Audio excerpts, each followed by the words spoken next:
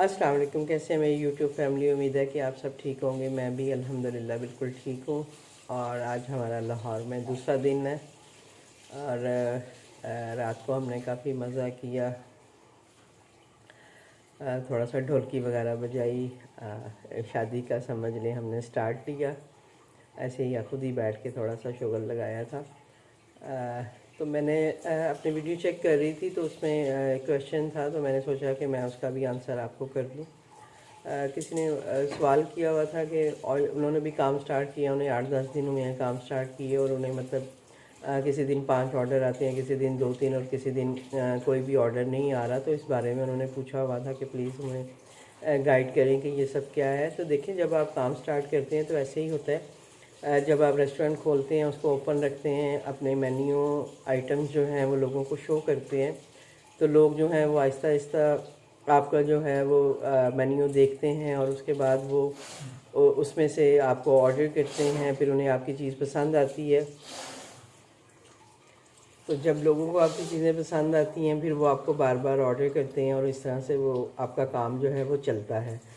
तो इसमें बेसिकली जो आपने करना है, एक तो ये है कि आपने अपनी चीज़ की क्वालिटी और क्वांटिटी जो है उसको मेंटेन रखना है। कि कोई भी आपसे फ़र्स्ट टाइम जब ऑर्डर ले और मतलब ताकि वो दोबारा भी आपको ऑर्डर करे। तो मेन तो ये वजह होती है ऑर्डर्स आने की कि आप अपनी क्वालिटी क्या दे रही हैं, क्वांटिटी क्या दे रही हैं, आपके प्राइस क्या हैं। तो उस हिसाब से जो है वो कस्टमर ज़्यादा जो है वो आपके पास आते हैं। स्टार्टिंग में ऐसे ही होता है कि आपको थोड़े कम ऑर्डर आते हैं। उसके बाद ये होता है कि आहिस्ता आहिस्ता जब आपका काम चलता है उसके बाद आपको ऑर्डर आना शुरू होते हैं। फिर ये होता है कि आप कुछ डील्स वगैरह लगाते हैं और कुछ ऑफ लगाते हैं, तो उसकी वजह से भी कस्टमर जो है वो आपके पास आते हैं। क्योंकि कस्टमर ऑफ़र्स और डील ज़रूर चेक करते हैं और जिन रेस्टोरेंट पे इस तरह की कुछ चीज़ें लगी होती हैं तो वो वहाँ पे ज़रूर विज़िट करते हैं। और फिर उनमें से होता है अक्सर के लोग जो हैं कस्टमर वो ऑर्डर भी कर देते हैं। तो ये है कि जो डील्स और ये ऑफ वगैरह है, ये तो थ्रू आउट आप लगा ही रहता है। कभी आप किसी चीज़ पे डील लगा सकते हैं, कभी किसी चीज़ पे मुख्तलिफ़ चीज़ें अपनी ट्राई कर सकते हैं डील्स के हिसाब से। और डील्स में भी यही होता है कि आप हम लोग प्राइस बहुत ज़्यादा कम नहीं करते हैं। नॉर्मली हमारा जो प्राइस होता है उसमें से 10-20 रुपये हमने कम रखे होते हैं। आपकी अपनी चॉइस होती है कि आप कितना परसेंटेज उसमें कम रखते हैं, तो वो आप रख के तो अपनी डील्स बना के लगा सकती हैं। वो आप ख़ुद भी लगा सकते हैं और आप जो आपके मैनेजर हैं आप उनके थ्रू भी अपनी डील्स वगैरह लगवा सकती हैं। तो इससे भी ऑर्डर आते हैं, कस्टमर आते हैं। मैंने भी जब स्टार्ट किया था तो मैंने भी डील्स ही लगाई थी। डील्स लगाने से ये होता है कि कस्टमर आता है और फिर जब कस्टमर आपके पास एक दफ़ा आता है, आपकी चीज़ खाता है और अगर उसे पसंद आती है तो उसके बाद वो दोबारा आपको ज़रूर ऑर्डर करते हैं। तो इस तरह से आपका जो ऑर्डर का रेशो है वो बढ़ता है। यही मेन जो चीज़ें हैं वो यही हैं काम बढ़ाने के लिए। और दूसरा ये है कि वैरायटी ऑफ फूड जो है ना वो बहुत ज़रूरी है कि आप कस्टमर को वैरायटी ऑफ फूड दें। जब आप अपने मेन्यू में मुख्तलिफ वैराइटीज़ रखेंगे तो वो कस्टमर कोई ना कोई ऑर्डर ज़रूर करता है। और जैसे वो होता है ना कि एक चीज़ ऑर्डर करने आता है और उसको जब दूसरी चीज़ें नज़र आ रही होती हैं तो वो उसमें से भी कुछ ना कुछ ऑर्डर कर देता है। तो इसलिए आपने मतलब इस चीज़ पे भी फोकस करना है कि आप अपना जो है ना मेन्यू जो है उसमें काफ़ी सारी वैरायटीज़ दें। बहुत ज़्यादा चीज़ें नहीं बना के रखें, जैसे कि मैं हमेशा कहती हूँ कम क्वांटिटी में बनाएं, लेकिन आप अपने मेन्यू को वीक में काफ़ी सारी चीज़ें जो हैं वो ऊपर नीचे करें, कुछ चीज़ें ऑफ रखें, कुछ चीज़ें ऑन करें। नई चीज़ें ट्राई करें अपने मेन्यू में जो इजीली आप कर सकते हैं। और मेरी जो आप पिछली वीडियोस देखेंगे तो उसमें ये तमाम बातें जो हैं मैंने मेंशन की हुई हैं मेन्यू के हवाले से भी। तो उसमें से भी आप गाइडेंस ले सकते हैं कि आपको मेन्यू किस तरह से एडजस्ट करना है, क्या क्या चीज़ें ऐड करनी है, कैसे सेट करना है। आपका एरिया बहुत मैटर करता है कि आप जिस एरिया में रह रहे हैं वहाँ पे किस तरह के लोग हैं, किस तरह के कस्टमर हैं, कि वो क्या लेते हैं, क्या चीज़ पसंद करते हैं या किस चीज़ की डिमांड ज़्यादा है। तो वो जब इस तरह की चीज़ें जब आपको आहिस्ता आहिस्ता पता चलेंगी तो ऑटोमेटिकली आपका काम जो है वो बेहतर होना शुरू हो जाएगा, जब आप इन सब चीज़ों को देखते हुए समझते हुए साथ लेके चलेंगी।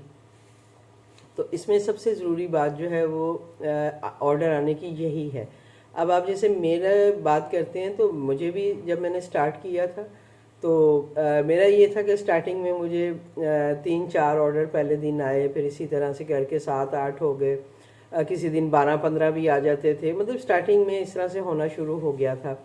और अल्हम्दुलिल्लाह ऐसे मेरा काम चलता है। और अभी भी ऐसे होता है कि किसी किसी दिन मुझे, अभी भी 3 साल बाद भी मुझे किसी दिन सिर्फ 2 ऑर्डर ही आते हैं, किसी दिन 3 ऑर्डर आते हैं और किसी दिन माशाल्लाह 12-15 ऑर्डर भी आ जाते हैं।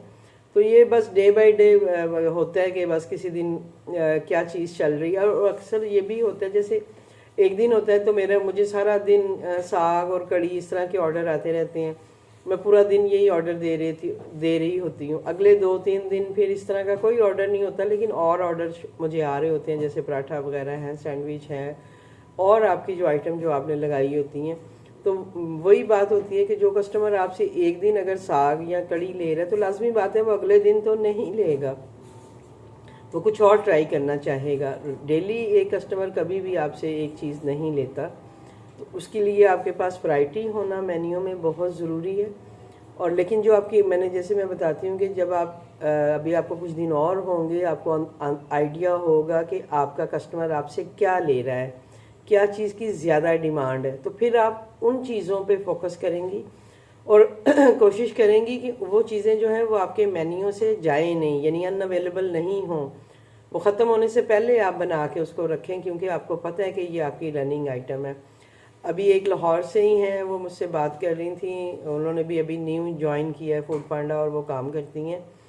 और वो मुझे बता रही थी कि मैम मुझे ज़्यादा जो है ना ये पास्ता और इस तरह के ऑर्डर्स बहुत ज़्यादा आते हैं बजाय दूसरी चीज़ों के। तो मैं उनको भी मैं यही कह रही थी कि आप ऐसा करें कि अगर आपको इस तरह के ऑर्डर्स आते हैं तो बिल्कुल आप, क्योंकि मुझे भी पता है कि लोग ये चीज़ें बहुत शौक़ से खाते हैं। और जैसे आजकल अब सर्दी का सीज़न है तो चाइनीज़ फूड बहुत चलता है। आप यकीन करें कि मैं 3 सालों में मैंने कभी भी चाइनीज़ फूड जो है वो सेल नहीं किया। मैं हमेशा, मेरा एक मेन्यू है, मैं उसके हिसाब से चलती हूँ।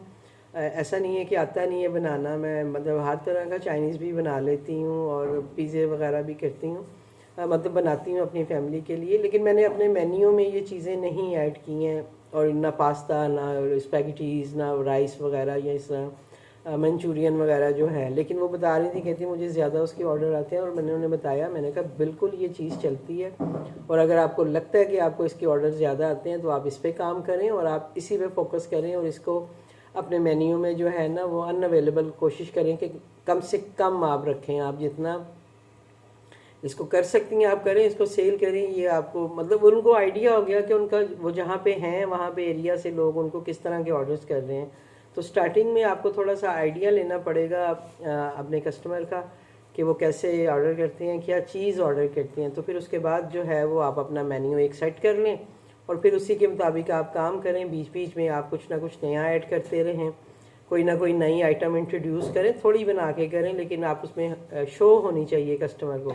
और फिर जब कस्टमर 1 से 2 दफ़ा आपसे ऑर्डर ले और फिर आप उसको कंटिन्यू करें। और इसके लिए सबसे बेस्ट मैं आपको मशवरा ये दूंगी कि मैंने जो एक स्टार्टिंग में एक मेन्यू पे जो वीडियो बनाई थी, प्लीज़ आप वो ज़रूर चेक करिएगा, क्योंकि उसमें मैंने बहुत डिटेल में बताया था कि जब मैंने स्टार्ट किया था तो मैंने अपना मेन्यू कैसे स्टार्ट किया था और मैंने कैसे उसको ग्रेजुअली उसको अप किया था और अपनी आइटम्स बढ़ाई थी। तो उससे आपको काफ़ी हेल्प मिलेगी ऑर्डर्स के लिए। तो इसके बारे में आप परेशान बिल्कुल नहीं हो कि ऑर्डर कम आ रहे हैं या इस तरह से हो रहा है, क्योंकि इसी तरह ही होता है ये। मैं 3 सालों में भी मेरा यही एक्सपीरियंस रहा है कि मुझे ऑर्डर्स जो हैं अभी भी ऐसे ही आते हैं। किसी किसी दिन मेरा माशाल्लाह इतना अच्छा काम होता है कि मैं खुद हैरान हो जाती हूँ कि आज इतने ऑर्डर्स आ गए हैं। और किसी दिन होता है कि सारा दिन में मुझे 3-4 ऑर्डर मुश्किल से आते हैं।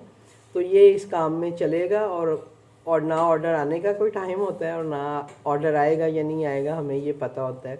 और बाकी सबसे बड़ी बात जो वो ये है कि आप इस बात पे बिल्कुल पक्का यकीन रख लें कि जो रिस्क आपको मिलना है, जो आपके नसीब में है, वो आपको हर हाल में मिलना है और वो कहीं नहीं जाएगा। इस पे यकीन रखते हुए काम करिएगा। अभी मैं कल भी लाहौर आने से पहले अभी किचन मेरा जब ऑन था, आप यकीन करेंगे कि मुझे लास्ट मिनट, क्योंकि मैं अपना चीज़ें सारी वाइंड अप कर रही थी, काफ़ी सारी चीज़ें मैंने 2-3 दिन से ही मैं कोशिश कर रही थी कि जो चीज़ मेरी ख़त्म हो रही है वो उसको मैं मज़ीद नहीं बनाऊं, क्योंकि मुझे पता था कि मुझे अब अपना रेस्टोरेंट जो है वो क्लोज़ करना पड़ना है अब 10-15 दिन के लिए।